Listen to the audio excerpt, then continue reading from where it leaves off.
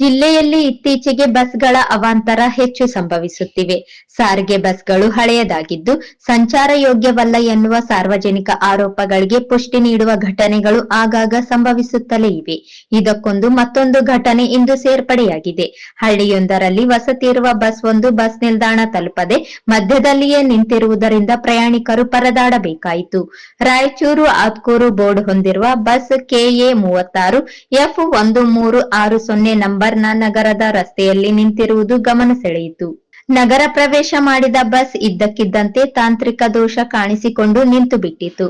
ನಗರವನ್ನು ಪ್ರವೇಶ ಮಾಡಿದ್ದರಿಂದ ನಿರ್ವಾಹಕನಿಗೆ ಮರಳಿ ಹಣ ಹಿಂತಿರುಗಿಸುವ ಹಾಗೂ ಬೇರೊಂದು ಬಸ್ಗೆ ಪ್ರಯಾಣಿಕರನ್ನು ಹತ್ತಿ ಕಳುಹಿಸುವುದಕ್ಕೆ ಹಿಂದೇಟು ಹಾಕಿದ ಪರಿಣಾಮ ಎಲ್ಲಿ ಬಸ್ ನಿಂತಿತ್ತೋ ಅಲ್ಲಿಂದ ಪ್ರಯಾಣಿಕರು ಮತ್ತೆ ತಮ್ಮ ಸ್ಥಾನಗಳಿಗೆ ತಲುಪಲು ಪರ್ಯಾಯ ವ್ಯವಸ್ಥೆ ಕಂಡುಕೊಂಡರು. ಸುರಕ್ಷಿತ ಪ್ರಯಾಣ ನಿಗದಿತ ಸಮಯಕ್ಕೆ ತಾವಂದುಕೊಂಡ ಸ್ಥಳಕ್ಕೆ ತಲುಪಿಸುವುದಕ್ಕೆ ಹೆಸರುವಾಸಿಯಾಗಿರುವ ಸಾರಿಗೆ ಸಂಸ್ಥೆ ರಾಯಚೂರು ಜಿಲ್ಲೆಯಲ್ಲಿ ಮಾತ್ರ ಇದಕ್ಕೆ ವ್ಯತಿರಿಕ್ತ ಘಟನೆಗಳು ನಡೆಯುತ್ತಿವೆ.